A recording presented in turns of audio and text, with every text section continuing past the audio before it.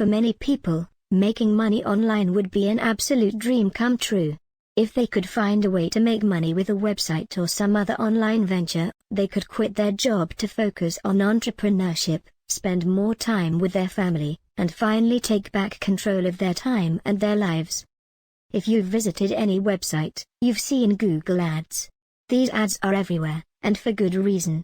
Not only are they easy to set up on any basic website, but they can be lucrative once your website starts bringing in a steady amount of traffic. One of the cool things about Google AdSense is that it's so easy to get set up. If you have a blog or website, you can sign up for a free Google AdSense account. From there, Google will give you a unique code that you will paste onto your website. Google takes it from there, tracking your page views, traffic, and earnings on your behalf. There is no upkeep or maintenance to get this thing going, which makes it a no-brainer if you have a website already. How much will you make?